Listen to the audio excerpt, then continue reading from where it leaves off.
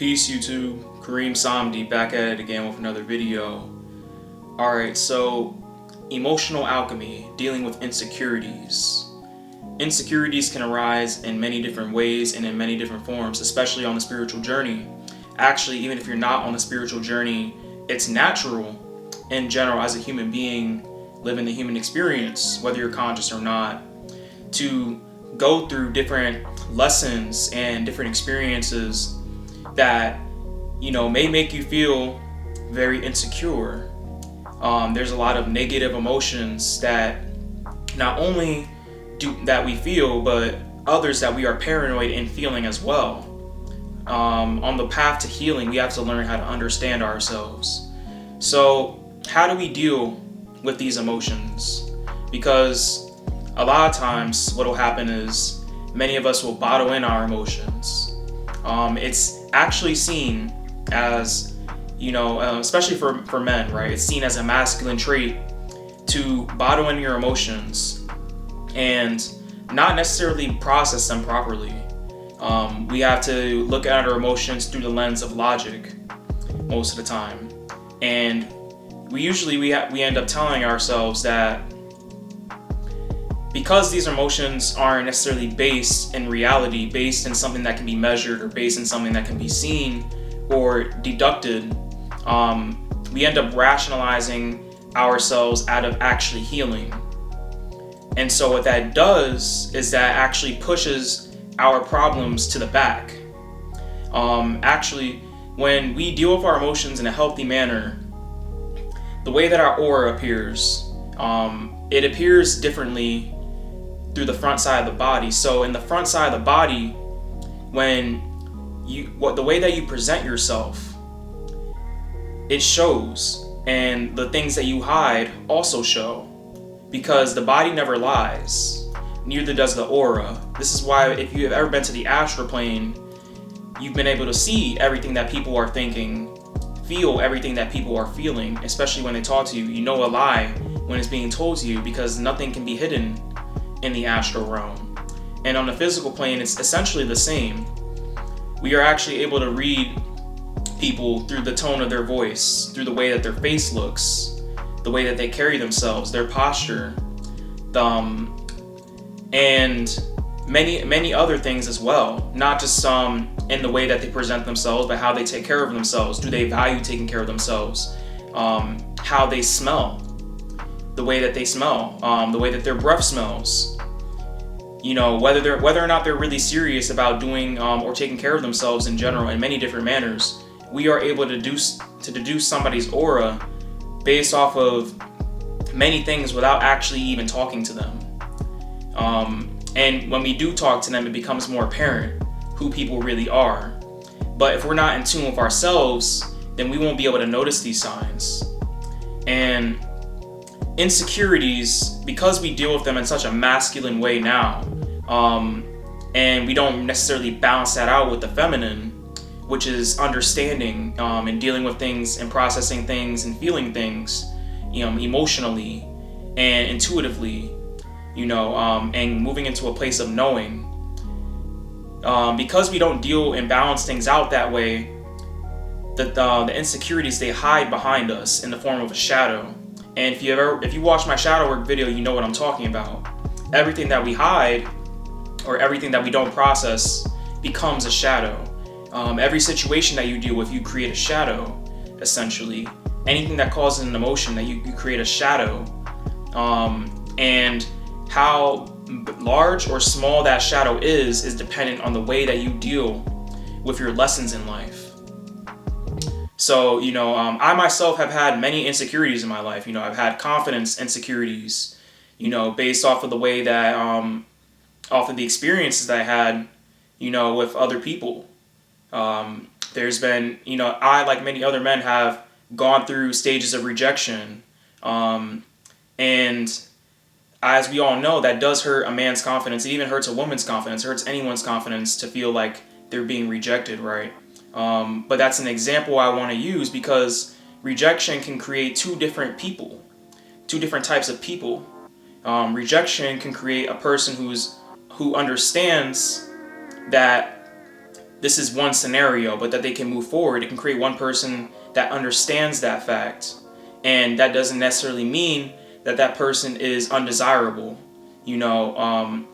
and that doesn't necessarily mean that that person has to go through their life in every situation trying to avoid being hurt. Now, a lot of us, because we're so scared of being hurt, we're so scared of feeling our own feelings. Many people are very scared of rejection in any form, whether it's romantically or not, sexually or not. It could be in terms of starting new endeavors. We're scared that what others will think of us. We develop insecurities off of our own fears. Our own fears, what we do is we create different entities based off of that fear. And that fear is there because many of our root chakras are just not properly balanced. The root chakra deals with safety and security. And if we don't feel safe and secure within ourselves and our emotional state, then everything that we do, we're going to feel fear and paranoia. Everything that we perceive, or everything that we want to try to get into, fear and paranoia will hide us away from that. We won't be able to even have enough energy to move forward, and that'll also imbalance the solar plexus, which deals with our courage, our personal power, our ability to create, and the sacral chakra as well, which also deals with the ability to create. Our lower chakras are severely affected by not necessarily processing our emotions and dealing with our insecurities. And because the ego thrives off of feeling small, off of feeling like a victim, it'll attach to these things as hard as it can. The lower three chakras are the main operating base of the ego, and if their needs aren't met, then the ego will make sure that they are met, and it'll take the energy that you need in the higher chakras and bring them down and bring you down along with it, causing overcompensation in the lower chakras. So processing our insecurities is very important, and the way that we do this is that we actually have to, you don't even have to be meditating or anything, but we just have to be honest with ourselves and what we're going through. We have to be honest when it comes to all the situations that make us feel insecure about ourselves, or about things that we love to do, things that we want to do, things that make us feel insecure, people that make us feel insecure. We have to be responsible for how we process our insecurities, how we process our fears, everything related to our emotions. Because if we don't, then we may fall into the cycle of blaming others for our issues, blaming others for our insecurities, blaming the world for our insecurities, blaming the way that things are, blaming humanity for our insecurities, blaming all sorts of things that are outside of us instead of actually looking within and seeing that we've been in control the entire time. Another way that we process these things is really just by coming to a certain understanding. You have to give your ego an understanding of these things, because the ego, you have to think of the ego as a child that severely needs to be taken care of and is dependent on the higher self. It's dependent on the real you, because the ego can't survive without the real you, because the ego doesn't necessarily exist without the real you. The ego relies on the real you simply because of the fact that it can't sustain or provide for itself. And it doesn't process things the way that the subconscious mind processes things. The subconscious mind processes things through the lens of trauma, repetition, and symbols. And the ego just takes those things and it filters things that we experience. And then it goes about its daily life that way. And it doesn't necessarily work on the basis of controlling your reality, but it works on the basis of making sure that you're okay, you're comfortable with whatever you're doing. Anything that threatens to change it is resistant, because it must feel safe, it must feel secure. The root chakra must feel safe and must feel secure. So we have to meet ourselves in the middle. You have to meet yourself in the middle between the higher self and the lower self. And the way that we do that is by coming to an understanding of the way that our emotional body works. You want to come to the understanding of how chakras work, because all chakras are There are different types of brains within the body, not just within the physical body, but also within the spiritual body. Different type of brains, different type of organs and glands within the body, and all of them are directly related to the main brain that we have in our heads.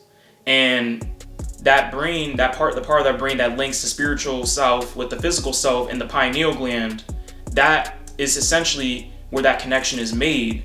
So whatever we experience within the physical body, best believe that we're also experiencing it with the spiritual body. So neglecting the chakras is a way of neglecting your spiritual self as well.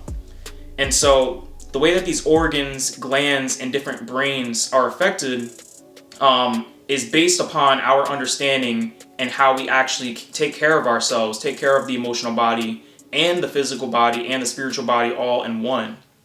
So we have to come to an understanding of how our emotions work, how our emotions are processed, and we're all different. Chakras are nothing more than a guideline for your consciousness, a guideline for your emotional consciousness to help you elevate out of what holds you back, elevate out of your insecurities. So any book on chakras really will help you. You want to get at least 5 different books on those things or more, depending on however much you need. You want to watch as many videos as you can on chakras. You also want to pick up books that just deal in general with processing emotions, letting go of emotions. Letting Go in general, Letting Go by David R. Hawkins is a good book to take a look at as well.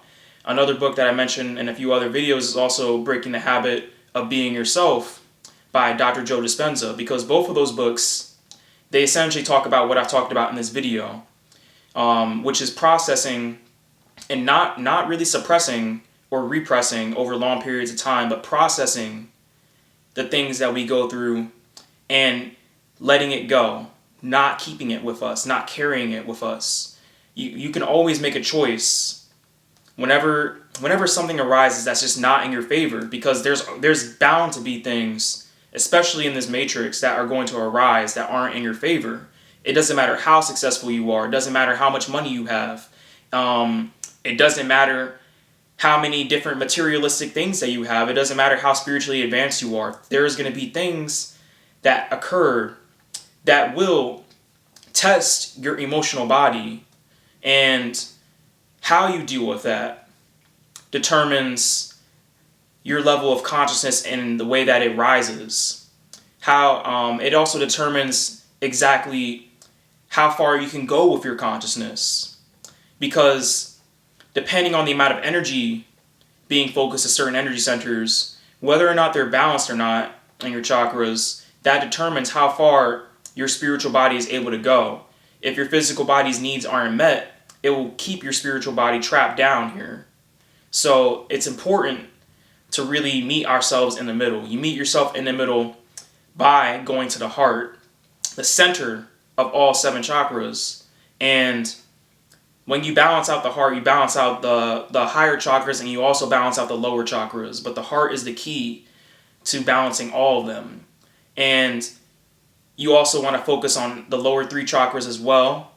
Make sure you have a complete understanding of them. Focus on the higher 3 chakras after that and have a complete understanding of them. But you don't ever want to focus too much on one, whether you do it consciously or unconsciously. And even if you aren't on the spiritual path, it's just better for you to at least sit with your emotions.